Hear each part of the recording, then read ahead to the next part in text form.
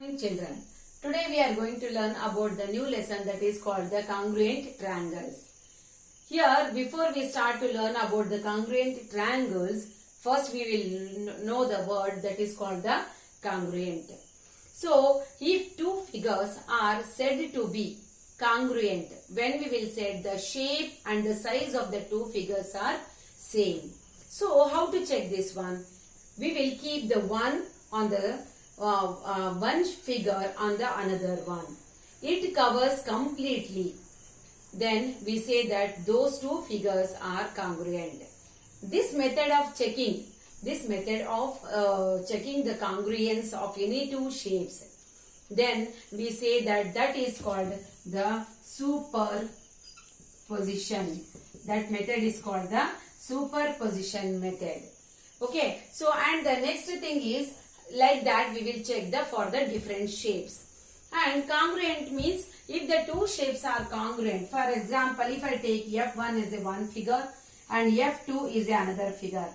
If these two figures are congruent, then that I will represent with a sign like this.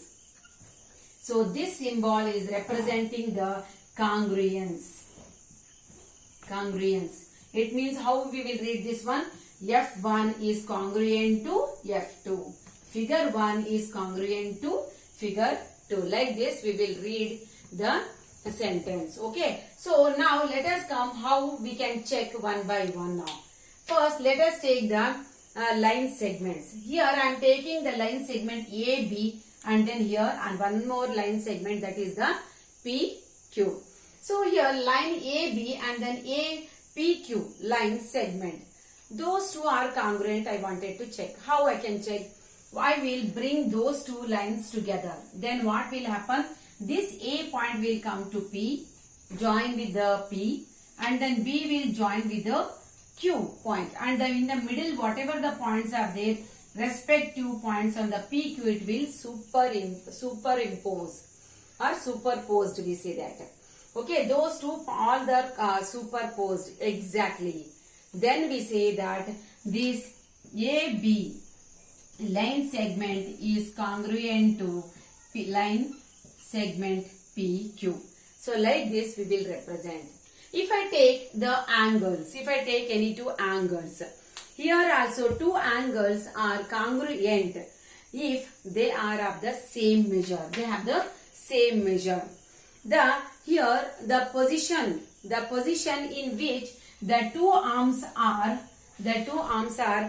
drawn, or we can say that the two arms in whichever direction you draw are and then the angle, okay, in along in any direction, but the measure, if the angle measures the same, then we say that those two angles are congruent. Those two angles are congruent.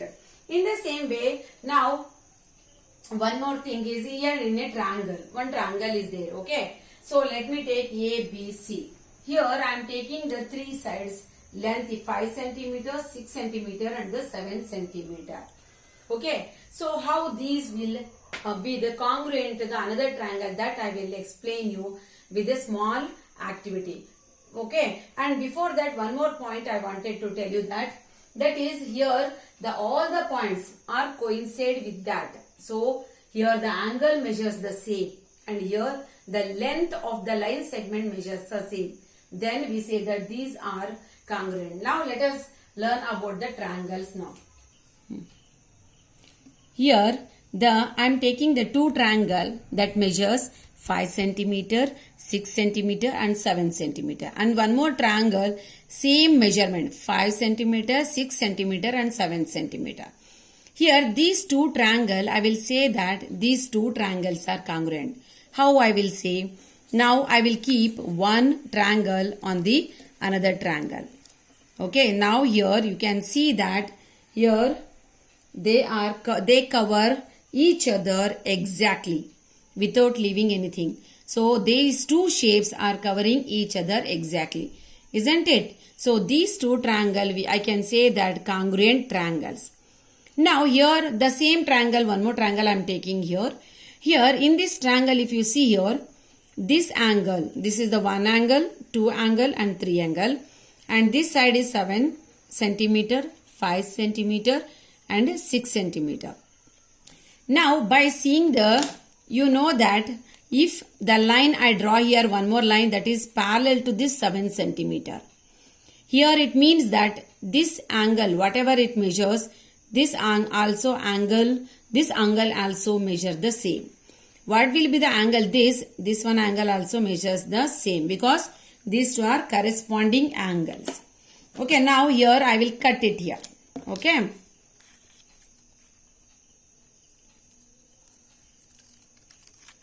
Okay, now I am cutting here. Okay, see here, if you see here, this is one of the triangle and it is one of the trapezium.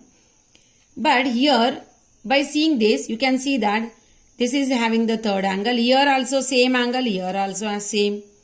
And this angle is equal to this angle. Isn't it? After being the same angles also, these two shapes are not congruent. Here what it tells that if any triangle or any shapes, it is not necessary only the angles are equal.